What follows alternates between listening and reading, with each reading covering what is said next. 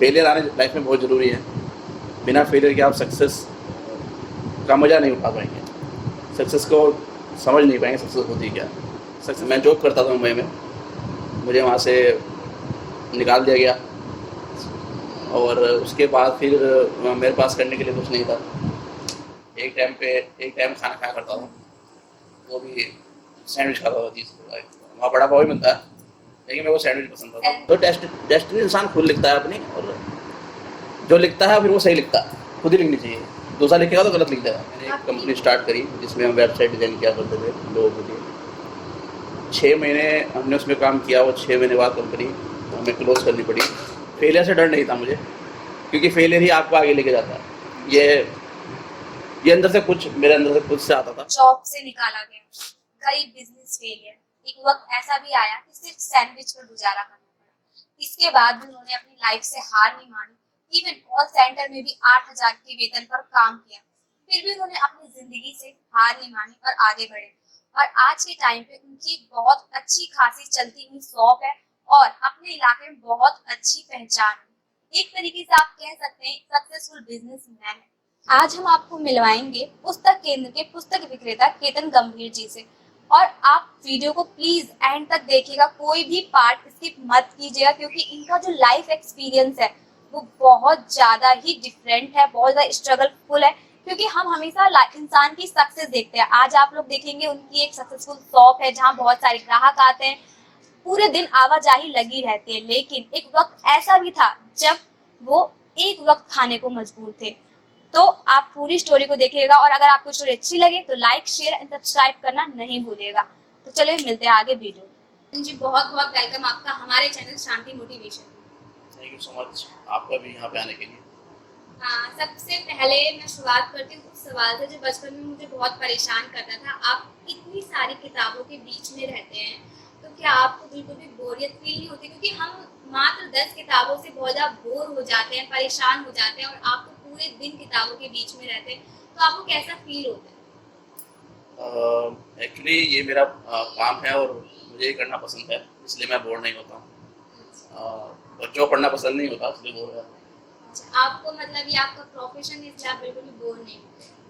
ठीक है, अब मैं आपसे जानना चाहती हूँ कि आपकी क्वालिफिकेशन क्या थी और फिर इस बिजनेस में आप कैसे आए, और बुक्स का ही क्यों मतलब आपने चूज किया? कोई और भी प्रोफेशन आप चूज कर सकते थे, लाइक आप कॉस्मेटिक हो गया, गारमेंट्स हो गए, बहुत सारे बिजनेस आप कर सकते थे, लेकिन आपने बुक्स ही क्यों चूज किया? पहले तो मेरी क्वालिफिकेशन, मैं एक इंजीनियर हूँ, मैंने बीटेक कर रखी है। और आपने पूछा कि मैं इस प्रोफेशन में कैसे आया। इस प्रोफेशन में आने के लिए ये मेरी चॉइस नहीं थी। बोलते हैं कि समय आपको लेके जाता है वहाँ पर, तो मेरे साथ भी ऐसा ही हुआ कि इसने मुझे वहाँ लेकर गया। और हुआ क्या था कि मैं जॉब करता था मुंबई में, मुझे वहाँ से निकाल दिया गया और उसके बाद फिर मेरे पास करने के लिए कुछ नहीं था। Actually I am complete dropout, you can say that. And उसके बाद मैंने सोचा कुछ काम करना चाहिए, और मेरे को बिजनेस में इंटरेस्ट था, तो बिजनेस ही करना था। और तो मैं सोचने लगा क्या करना चाहिए। मैं दिल्ली शिफ्ट हुआ उस दौरान, जब मेरे को वहाँ पर कुछ काम नहीं मिला, तो फिर अपने दोस्तों के साथ रहता था मैं उत्तम नगर में दिल्ली में। वहाँ पर मैंने एक कंपनी स्टार्ट करी जिसमें हम वेबसाइट डिज़ाइन किया करते थे लोगों के लिए। 6 महीने हमने उसमें काम किया और 6 महीने बाद कंपनी हमें क्लोज करनी पड़ी। तो क्योंकि उसमें इतना बिजनेस नहीं आता था कि हम प्रॉफिट नहीं हुआ कि अपने एम्प्लॉय को सैलरी दे सकें। 3 एम्प्लॉय काम करते थे हमारे अंदर, तो वो मुझे छोड़ना पड़ा, बंद करनी पड़ी। फिर उसके बाद फिर हमने सोचा कि क्या किया जाए। तो वेबसाइट डिज़ाइन तो हम करते ही थे, तो हमने एक ऑनलाइन वेबसाइट अपने लिए, ऑनलाइन शॉपिंग की वेबसाइट अपने लिए बना ली थी। और उसके दौरान हमने सोचा कि इसमें सब कुछ बेचेंगे, जैसे कि फ्लिपकार्ट अमेजन करते हैं, लेकिन उसके लिए इन्वेस्टमेंट चाहिए होता है। और कोई नहीं, हमने फिर भी प्रयास किया कि हम फिर फ़ोन और बड़ी बड़ी चीज़ें बेचें, लेकिन फिर हमने सोचा कि अगर ये वापसी आएंगी तो हम इतना अफोर्ड नहीं कर पाएंगे कि 10,000 6,000 रुपये हम अपनी जेब से भर पाएँ। फिर मैंने सोचा कि ऐसा क्या हो सकता है कि जो मतलब मिनिमम कॉस्ट में हम कर सकें और अगर वापसी भी आए कुछ तो हमारा नुकसान ना हो। तो हमारी सोच में आई बुक्स, ई बुक्स सबको चाहिए भी होती हैं, हम भी स्टूडेंट थे उस टाइम पे, ई बुक्स चाहिए होती हैं, और अगर हम उन्हें सस्ते रेट पे या अच्छे रेट पे प्रोवाइड कर दें तो हो सकता है कि हम कुछ कर पाएँ। तो हमने उस वेबसाइट पे सोचा बुक्स डालते हैं। उसके लिए बुक्स के लिए कोई अब डीलर चाहिए, जो अच्छा डीलर जो हमारी सपोर्ट कर सके, जो हमारे से मिनिमम इन्वेस्टमेंट में अच्छा काम करवा सके। उसके दौरान फिर हम दिल्ली में शॉप घूमे। एवरी मॉर्निंग हम उठ के जाते थे कि कुछ मिल जाए ऐसा कोई डीलर जो हमारा सपोर्ट कर सके। लेकिन हम बहुत ढूंढा, तो सडनली लक्ष्मी नगर में मेरे को एक बुक शॉप मिली जिसका नाम था जैन बुक वैरायटी। तो वो जो भैया थे उनका मैं आज भी बहुत थैंक्सफुल हूँ। उनका नाम था विपिन जैन, था क्या है। हाँ। तो उन्होंने मेरे को बोला कि अगर आपको एक बुक भी चाहिए तो मैं आपको एक बुक भी दूंगा, आप जाके उसी रेट पे दूंगा जो मतलब होलसेल रेट पे मिलती है। ये नहीं कि मैं आपको कस्टमर रेट पे दूंगा, होलसेल रेट पे दूंगा, और आप जाके अपना काम शुरू करो।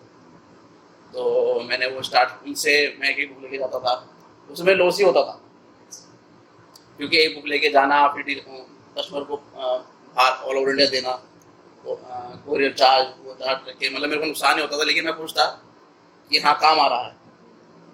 ऐसे करके वो हमने कम से कम 2 साल चलाई वेबसाइट। हाँ, फिर मैं आ गया नोएडा सलारपुर में मैंने भी शॉप खोली। उसमें मेरा ऑनलाइन चलता था जो मेरी वेबसाइट थी, और फ्लिपकार्ट अमेजन पे भी हम अपनी बुक सेल करते थे। तो वहीं से एक क्या हुआ कि एक स्टार्टअप मिला मुझे सलारपुर की एक शॉप से। वहाँ पर जो मैंने बच्चों को ये समझ के किताबें दी कि मैं भी किसी दिन स्टूडेंट था कि बच्चों को क्या चाहिए, तो वहाँ से वो मतलब बूम किया, और आज हम हैं सही पोजीशन पे। लेकिन इस बीच आपने ये 5 मिनट में बता दिया, लेकिन जो ये जर्नी होगी इतनी इजी नहीं होगी। इस टाइम पे फैमिली का क्या रिएक्शन था? क्योंकि हर पेरेंट्स चाहते हैं कि बीटेक करने के बाद एक अच्छा पैकेज हो, आराम से इंसान रह रहा हो, और बट आपने क्या किया, आपने एक स्ट्रगल को चूज किया, आपने अपने इंटरेस्ट को फॉलो किया। तो ये सब चीजें क्यों? और अगर आपको बिजनेस में ही आना था लाइक, तो फिर बीटेक वगैरह क्यों? मतलब आप फिर बीकॉम वगैरह करते या फिर बिजनेस से रिलेटेड कोई कोर्स करते, तो फिर आप बीटेक का क्या ही कनेक्शन, थोड़ा समझ में नहीं है। एक्चुअली जो पढ़ाई हम करते हैं वो खराब तो नहीं जाती है, हाँ। वो हमें बहुत कुछ सिखाती है। बीटेक ने मुझे बहुत कुछ सिखाया, कैसे हम दूसरों से बात कर सकते हैं, कैसे हम लोगों के साथ कोऑपरेट कर सकते हैं, कैसे हम मिलजुल के रह सकते हैं। ऐसा मुझे मतलब अगर मैं बीटेक ना की होती तो शायद मैं ऐसे ना कर पाता जो मैं कर रहा हूँ। तो वो तो बेकार नहीं गया, मैं ऐसा मानता हूँ कि बीटेक, मैं ये नहीं मानता कि बीटेक से मैं इंजीनियरिंग में ही काम करना चाहिए। वो तो एक एजुकेशन है, ये तो नहीं है 12th के बाद आप कुछ नहीं कर सकते। 12th के बाद भी लोग बिजनेस करते हैं, तो 12th को बिजनेस डिग्री नहीं है, राइट। तो बीटेक इज नॉट कि आप इंजीनियरिंग में ही जाएं। मतलब फिर फैमिली रिएक्शन क्या था? आपको सपोर्ट कर रहे थे कि नहीं कर रहे थे? क्योंकि और फिर बाहर वालों को एक प्रेशर होता है, भाई देखो इसने बीटेक किया, भी इधर उधर घूम रहा है। क्योंकि ऐसा तो था नहीं कि आपका बिजनेस सेटल था तो फिर आपने सेटल्ड बिजनेस में आए हो, आप स्ट्रगल कर रहे थे। क्योंकि अभी तो आपने 5 मिनट में बता दिया, लेकिन बुक ढूंढना, फिर वेबसाइट में फेलियर होना, ये सब चीजें आप कैसे फेस कर रहे थे? और फिर फैमिली का क्या रिएक्शन था, मैं ये जानना चाहती हूँ। जो मैं ये कर पाया हूँ सब कुछ, ये सब मतलब ये मान लीजिए कि मेरी फैमिली का सपोर्ट इतना सपोर्ट था कि मेरे पापा ये बोला करते थे कि जो तुझे करना है कर, मतलब मैं तेरे साथ हूँ। मतलब आपके पापा कहते थे जो तुझे करना है वो कर, मैं तुम्हारे साथ हूँ, मतलब जो इन्वेस्टमेंट के लिए पैसा चाहिए तो मैं दे दूँगा, कोई दिक्कत नहीं, लेकिन जो तेरा मन है तू कर। मतलब उनको मेरे पे विश्वास था, ये कह सकते हैं। और मेरी मम्मी बोला करती थी कि तू एक दिन बड़ा नहीं बनेगा। तो मतलब ये सब सपोर्ट रहा अपने साथ, तो हम कर पाए। मतलब फैमिली प्रेशर नहीं था आपके ऊपर कि नहीं नहीं, जॉब ही करनी है? नहीं मतलब कहा करते थे कि जॉब कर ले, जॉब सही रहेगी, जैसे बहुत ऊपर नीचे होता है, बहुत दिक्कत हो जाएगी। अभी मतलब तू जानता भी कुछ नहीं है बिजनेस के बारे में। लेकिन मैंने उनसे बोला कि मैं जानता तो ये भी नहीं था कि मैंने इंजीनियरिंग कर लूँगा, कि मैं 12th भी पास कर लूँगा कि नहीं, कोई भी नहीं जानता है जी। मैंने किया, मतलब सब अकेले ही करते हैं, सबको अकेले ही करना पड़ता है। हाँ, सबको अकेले ही करना पड़ता है, फर्स्ट टाइम सब फर्स्ट टाइम ही करते हैं। तो ऐसे करके फिर जो मैंने मतलब सीखा था अपने प्रीवियस लाइफ से, तो मैं अप्लाई करता था हर जगह पे। मैं अभी भी अप्लाई करता हूँ चीज़ों को। अभी मैं कुछ तो ये रिस्क आपको मतलब उठाते वक्त लगा नहीं कि शॉप चलेगी नहीं चलेगी, फिर क्या होगा अगर एकदम से सब ठप हो गया? तो मतलब मन में कभी ना कभी अकेले में तो ये सवाल आता ही होगा। तो उस वक्त कैसे आप अपने आप को मोटिवेट करते थे, या क्या कहकर कहते थे कि मैं अब जो कर रहा हूँ ठीक है? मतलब क्या थे वर्ड्स आपके? मेरा मोटिवेशन था कि देखो, अगर मैं फेल हुआ तो फेल तो मैं कई बार हो चुका हूँ, तो मैं फेलियर से डर नहीं था कि मैं फेल हो जाऊंगा तो क्या होगा। मुझे पता है क्या होगा कि फिर कुछ और नया देखेंगे। फेलियर से डर नहीं था मुझे, क्योंकि फेलियर ही आपको आगे लेके जाता है।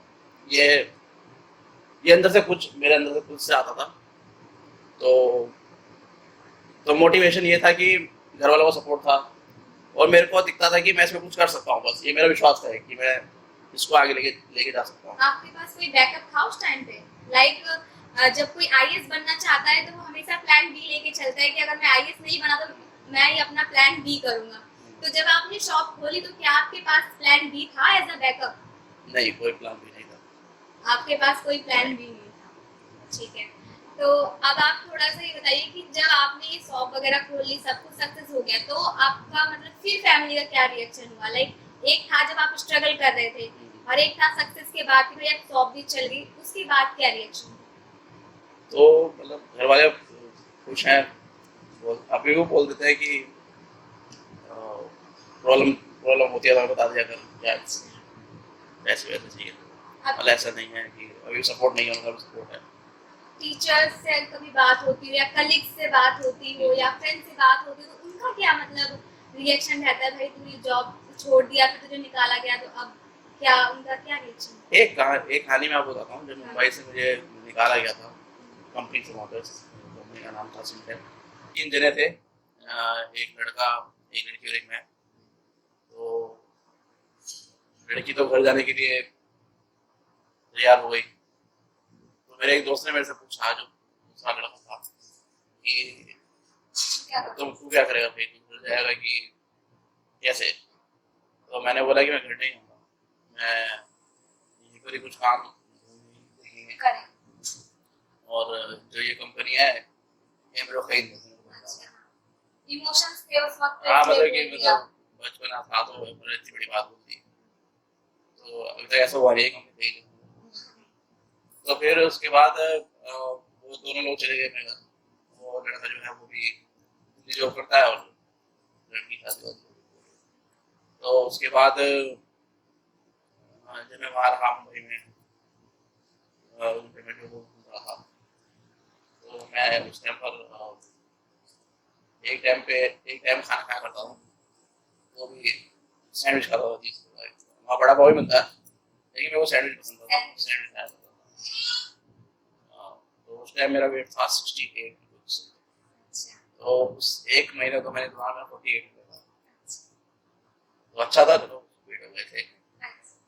तो फिर उसके बाद हाँ, मैंने मतलब इतना 6-7 महीने मैंने स्ट्रगल किया आपने? स्ट्रगल किया। मैंने मतलब सीखा। मतलब मैं घूमता था, देखता था कि क्या कर सकता हूँ मैं, मतलब क्या बिजनेस करना है। मुझे नहीं पता बिजनेस करना है क्या करना है, कुछ मिलना चाहिए जो मेरे को अच्छा लगे। तो मैं वहाँ ढूंढता रहा, कुछ नहीं हुआ। फिर ऐसे घर वालों ने बोला कि घर आ जाओ, कुछ हो नहीं रहा। तो मेरे भैया ने एक ट्रेन बुक कराई मेरी वापस जाने की।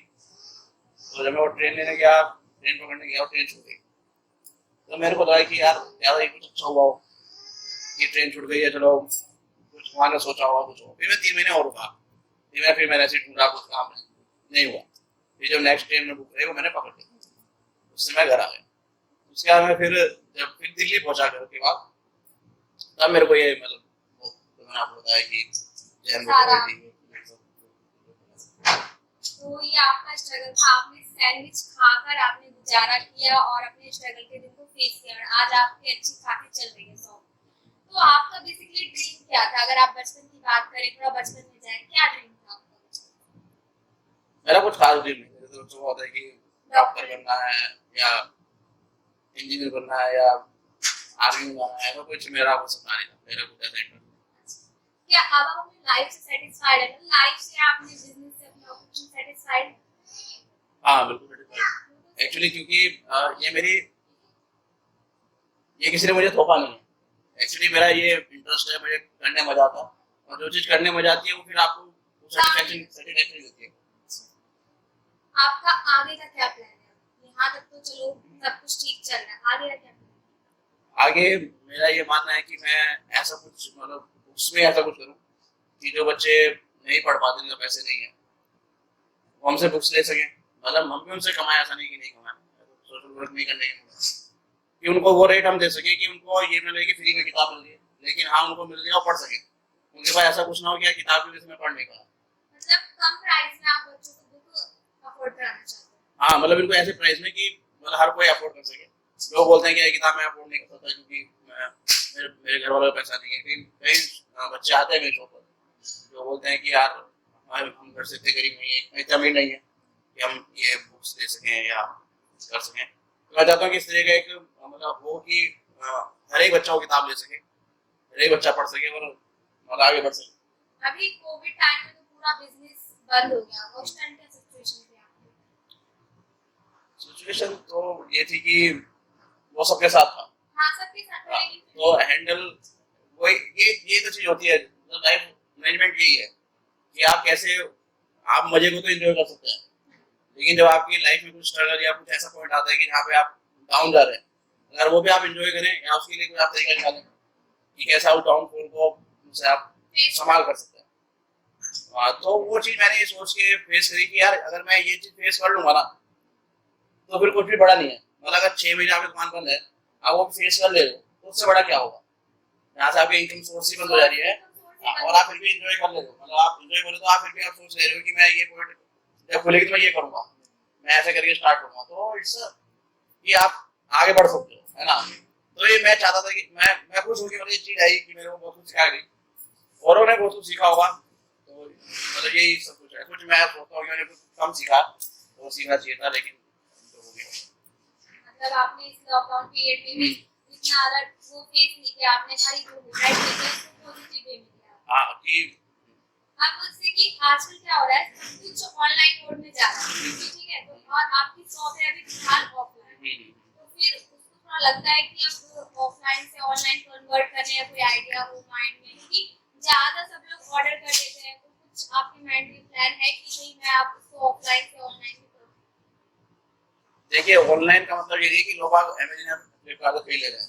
ऑनलाइन का मतलब जब होगा ऑनलाइन, जब लोग पीडीएफ पढ़ना शुरू कर देंगे, पीडीएफ बिकनी शुरू हो जाएगी, तब वो है प्रॉपर डिजिटलाइजेशन। ये तो सिर्फ ये मान लीजिए ऑनलाइन शॉपिंग ऑफलाइन शॉपिंग, जितना ऑनलाइन शॉपिंग का कस्टमर है उतना ऑफलाइन शॉपिंग का भी कस्टमर लेकिन है। आजकल लोग ई बुक भी पढ़ना स्टार्ट कर रहे हैं, तो फिर आपको क्या लगता है कि आने वाले सालों में चेंज होगा? डेफिनेटली चेंज होगा। फिर आप उस चीज को कैसे, मतलब आपने कुछ सोचा है कभी इसके बारे में? देखिए, जब चेंज होगा तो हम भी समय साथ बदलेंगे, बिल्कुल बदलना भी चाहिए। मान लीजिए पीडीएफ, जैसे कि आप कह रहे हैं कि ई बुक्स पढ़ते हैं, ई बुक्स आएंगे तो मार्केट हमारे पास भी आएंगे, और लाइसेंस बिकेंगे तो हमारी जो सेल्स में ऑफलाइन बुक हट जाएंगी, वहाँ कंप्यूटर लग जाएंगे, यही होगा, है ना। तो फिर हम ऑनलाइन शुरू करेंगे, कोई ऐसी बड़ी बात नहीं है, हम उसके साथ चेंज हो जाएंगे। आप मेंटली प्रिपेयर्ड हो? हाँ बिल्कुल। आपकी पर्सनल लाइफ, इंजीनियरिंग लाइफ और बिजनेस लाइफ से अगर आप दो चीजें शेयर करना चाहेंगे या दो कोई सीख देना चाहेंगे हमारी ऑडियंस को, वो क्या होगी? मैं इतना ही कहना चाहूँगा कि जब आप किसी काम को मतलब जैसे आप चाहते हैं करना, तो उसके निकलिए पहले तो आप। जैसे कि सपोज कीजिए आपको कहीं जाना है, तो पहले आप बस पकड़ते हैं, ऑटो पकड़ते हैं, फिर आप जाते हैं। आप ऑटो पकड़ने बस पकड़ने निकल गए तो क्या हो गया सर? तो पहले जो काम करना है उसके निकलिए, भटकिए। भटकना बहुत जरूरी है। जो भटकता नहीं वो अटकता नहीं, तो आपको भटकना बहुत जरूरी है। पहले आप निकलो उस काम के लिए, जरूर आप मंजिल तक पहुँच पाओगे।